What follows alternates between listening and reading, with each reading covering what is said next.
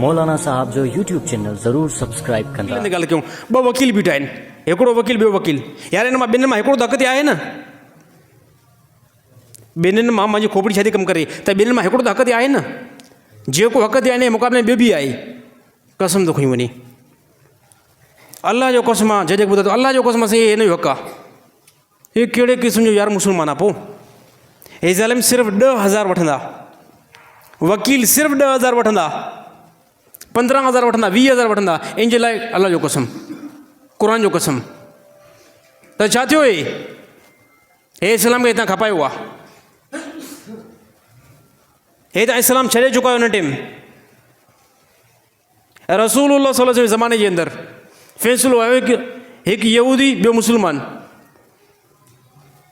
रसूलुल्लाह सल्लल्लाहु अलैहि तरफ़ मुस्लमान हिकु यहूदी वठी आयो, या रसूल हे यहूदी आहे, ज़मीन ते जेको आहे थोरो लफड़ो थी पियो आहे।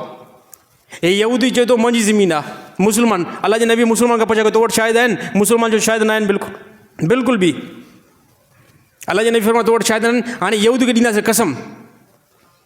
मुस्लमान जो या रसूलुल्लाह हे कसम मिंट खणी वेंदो, हे बिल्कुलु कसम मिंट खणी वेंदो।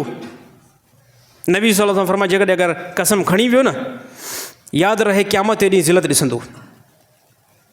क़यामत ॾींहुं अल्लाह जी नज़र इन जी तरफ़ न थींदी, अल्लाह जी रहमत इन जी तरफ़ न थींदी। हे अल्लाह जे नबी, यहूदी तकड़ में कसम खणी वियो, ज़मीन हुनखे अची वई। त अल्लाह जे नबी फरमाए क़यामत ॾींहुं जो अशर ॾिसिजो। असांजा केतिरा मुस्लमान ठगी ते, जेके बेईमानी ते जेको आहे कसम खणी करे ज़मीन जेको आहे कंट्रोल में कंदा आहिनि। शर्म अचे हुन मुस्लमान खे, कसम खणी करे चवंदा हे गाॾी असांजी आहे, कसम खणी करे चवंदा हे पैसा असांजा। हे कहिड़े क़िस्म जो मुस्लमान आहे तूं? इन मुस्लमान इस्लाम खे जेको आहे तबाह कयो आहे। अॼु को हिंदू चवे थो न, गैर मुस्लिम चए थो त कहिड़े अफ़ालनि ते जेको मां मुस्लमान थियां, अहिड़े मुस्लमान खे ॾिसी करे मां मुस्लमान थियां।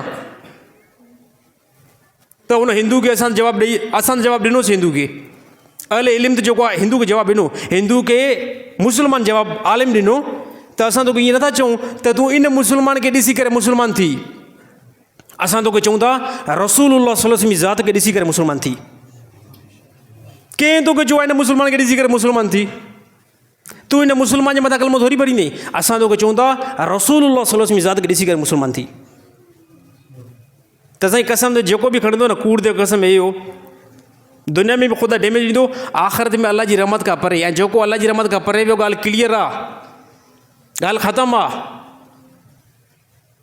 त उहो जन्नत जी उमेद ई न करे, अल्लाह जी रहमत खां परे यानी काॾे एंट्री आहे।